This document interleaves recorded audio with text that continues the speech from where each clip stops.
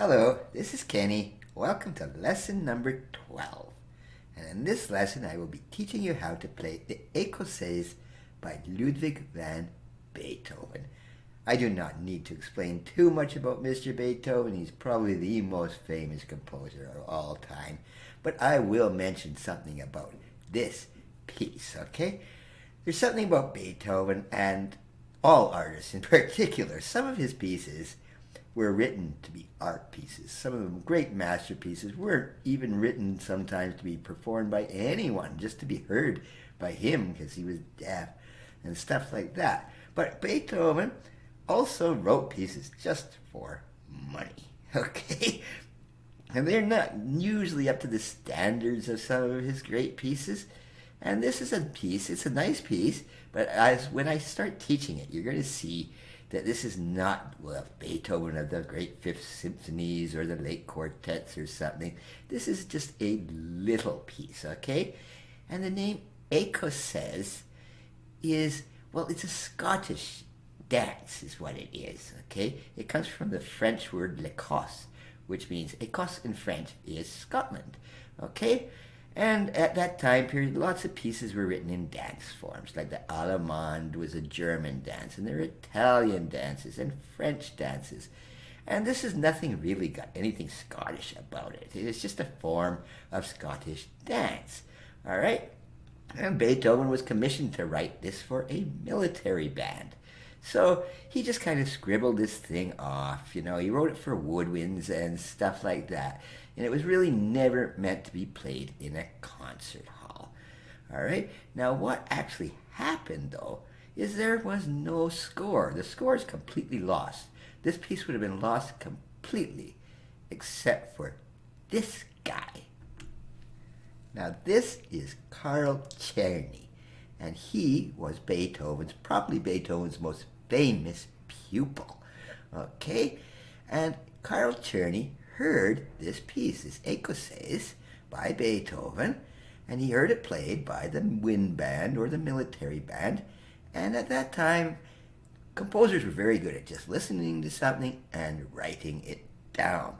So Mr. Czerny heard his teacher's piece, and guess what he did? He just went home, said, I like that piece, I'm going to write it down, and he wrote it in a form of a piano piece, which is the piece that I am going to teach you right now. But before teaching it, I will just play it first so you know what it sounds like.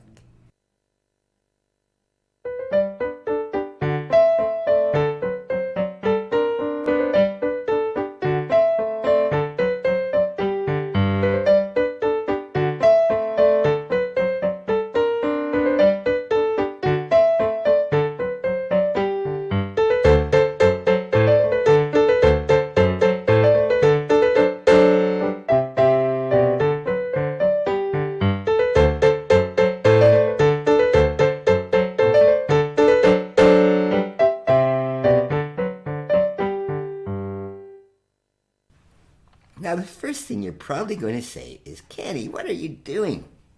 You played a couple clunkers in there, and you'd be completely right. It does sound like I made a couple wrong notes. But no, this is what Beethoven wrote, and I will get to that shortly. But I want to mention a couple things first that we have not discussed in terms of theory, all right? Okay, you're already completely already familiar with this word, allegro, which just means fast. Of course, I'll be teaching it slower. I don't want to play it this fast. We will teach it and practice it much slower. Okay? Now, the next thing I want to show you is this. 2/4 time. All right? We've practiced in 3/4 time, learned stuff in 4/4 time, but what is 2/4? It just means there's only 2 quarter notes to the bar. All right, so you're going to be playing 1, 2, 1, 2 instead of 3/4 was 1, 2, 3, 1, 2, 3, or 4/4, 1, 2, 3, 4. And you'll see in 2/4, you'll see it quite common in quick pieces and in dances. So the rhythm is actually 1, 2, 1, 2. All right, but in this case, though, Beethoven's written most of these things in eighth notes. Okay, so it's be 1 and 2 and 1 and 2 and 1 and 2 and so it's just a really fast beat. All right, but also just because it's going in eighth notes, he put in some 16th notes. Okay, there's 2/16 notes to an eighth note, so 1/8 notes would be. But he wrote. All right, it's a little confusing. Why didn't he just put these in quarter notes? Well, no, it's a little easier when something goes fast to write them in eighth notes. They look quicker, and 16th notes just go a little quicker. And you can always tell the 16th notes by that double bar line. You can even go up to 32nd notes that have 3 and a little faster. But don't worry about that. It just means there were 2 of those for each eighth note, 2/16. But the other thing, also in the same position, okay, we've only got 1/8 note in that bar. And this is what's known as a pickup measure. All right? So 1 and 2 and, okay, it's what called a lead-in sometimes, all right? Now, is that cheating just to have 2 notes there that are, just by themselves instead of in the full bar? No, not at all. Because if you look down here, all right, if you look down here, there's 1 and 2. Where's the other end? Oh, right up there. So it's just kind of it's sharing it, all right? It's not cheating. It's used in pop music all the time. It's called a lead-in or something. You'll get the drum to a lead-in or something, all right? Okay, so that's a little, new as well. Okay, on to the piece, all right? So go very slowly. I haven't put fingering here because it's quite easy to figure out. Just put your third fingering on the B. And your thumb there to the quarter note. And here's this crazy thing. There, oh my goodness, what was Beethoven doing with this? All right. Okay, but he gets right out of it. All right, what he's doing there is he has a sense of humor. A lot of composers have a lot of sense of humor, and Beethoven had a good sense of humor. As much as he had a tough time of it with his deafness and stuff, he could still have a joke. And sometimes, and this was a military piece, and there's people on the streets, and maybe he's just trying to say, hey, wake up, listen to this. Whoa!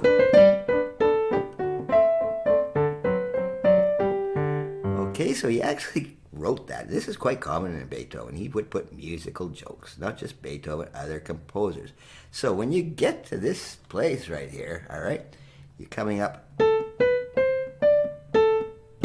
Yeah, that's a horrible sounding thing. We're in the key of G major, and this is not even, it's not even a chord in G major. It's just a sound. But when you play it quickly, it goes right through there.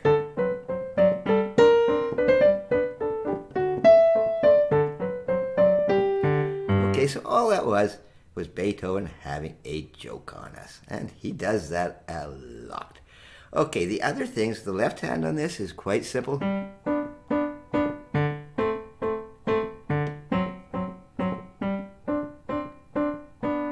Okay, just very simple. It's basically the G major chord, the D7th, and back to G, but of course, there's that crazy note. But we're not going to worry about that anymore. That was Beethoven having fun. Okay, and the other thing, just slightly before we go on to the second half of this piece, is these are nicely phrased, but then the rest are all staccatos. And remember, when they're phrase marks, they go smooth, and then when it's staccato, you just kind of hop around.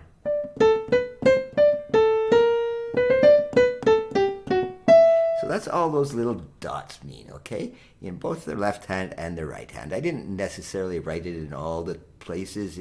Usually if you have a staccato note in the right hand, it also applies to the left. So basically you want to keep those ones detached.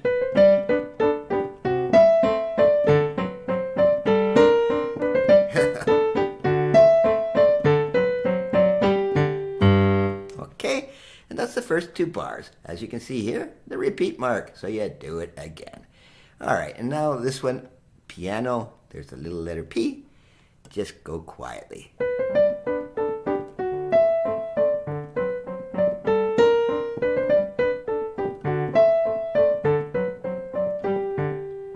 And you would do that twice, okay?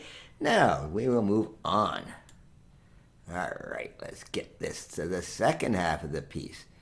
Now, this is where it gets a little interesting. You see this left hand? Okay, that's sort of like in jazz, you call that striding. You're hopping along. All right, and it's a little tricky. This will be hard to play because we've moved up a grade. This is a lot harder than grade 1. We're in grade 2 now, okay? So this is just D, F sharp, A, D. Remember, we're in the key of G, so there's sharp, there's all F sharps. All right, here's another pickup measure. But really what you're having here is,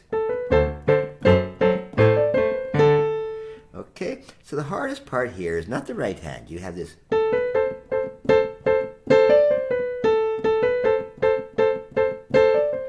okay, those are just eighth notes, 16th notes, 8th notes, 16th notes, okay? You can do this. You don't have to move your hand. So the hard part here is going to be this left hand, and you'll be in octaves, and this will be tricky at first. But believe me, when you get that, it'll just be plain fun to play this.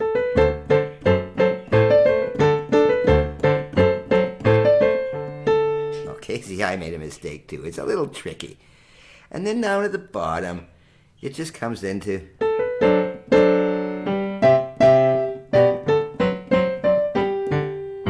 all right, he's got out of this stride bass, not really stride, but it bounces along, okay? And then, but at the bottom line, you're just chords, and then back to those staccato notes. And then that too repeats. But where does it repeat to? Way back to here, the repeat mark there. You don't go to the front of the piece.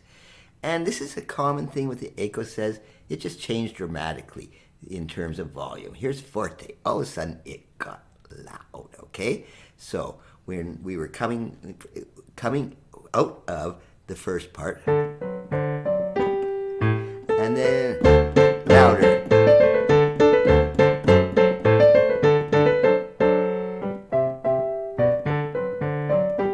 And then it just got quiet all of a sudden. So for these 4 bars here, it's all loud, and now it just got quieter. These are decrescendo marks. I think we discussed them before. It just means get quieter and then get quieter again. All right? So try all kinds of fingering. Do it all slow. All right? And please be free to just write down the fingering. Print this out. Okay, I've left a copy in the comments as always. Print it out and put your own fingering in. This left hand stuff is pretty much obvious. It's going to be 5th finger, thumb, 5th. Because it'd be really awkward if you just wanted to do this. It would be horrible to do that. But put your own fingering because this one is fairly simple. All right, and you're very welcome to write it all down. But have fun with this piece. It is not Beethoven's most famous piece by any means, but it is an easier piece to get you used to Beethoven, and I think it's just kind of a cute piece all in all. Now to get on to the technical exercise. Yes, you are not getting off without a scale. Now, there's nothing really new in this lesson technically compared to the last lesson where we learned the C major scales and arpeggios. I've only just changed this up slightly to be in G major, okay? So again, what we want to do now is 2 octave scales, all right? Instead of the 1 octave, oops, I got my chord in the wrong way. All right, just go 2 octaves. But remember, you have to pass twice.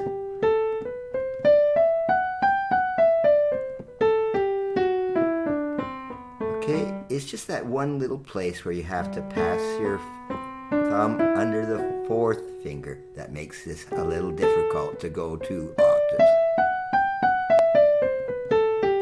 pass your fourth over. And same in the left hand.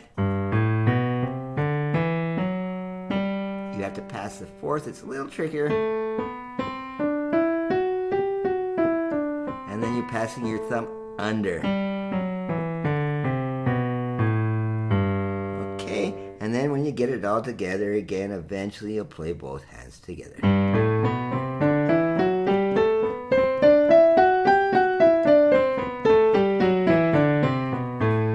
Just take it very slowly. You don't have to brush these things. You can play them as slow as you want. You don't have to rush it, okay? Play them as slow as you want, all right? Okay, now that is the 2-octave scale. But remember, I introduced the arpeggio in the last lesson. And this is where you are leaving your... It's a lot harder than the scale, but it's making... Whoops, look at that. How I made a mistake. So do these very slowly, okay? This is the arpeggio. And all these are is the root, the third, the fifth. And then you gotta pass that thumb under. And then pass the thumb over. Okay, and the left hand is...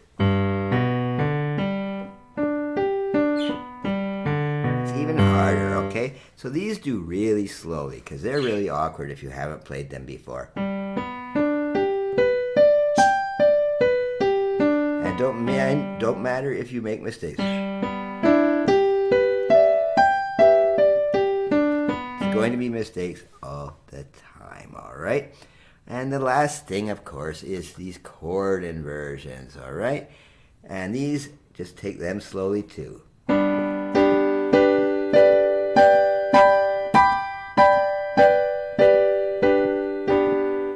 It's just the G major chord, but in the first inversion, the second inversion, and then the root position, first inversion, second inversion, and then back to the root. Okay, and again, take those slowly, same in the left hand.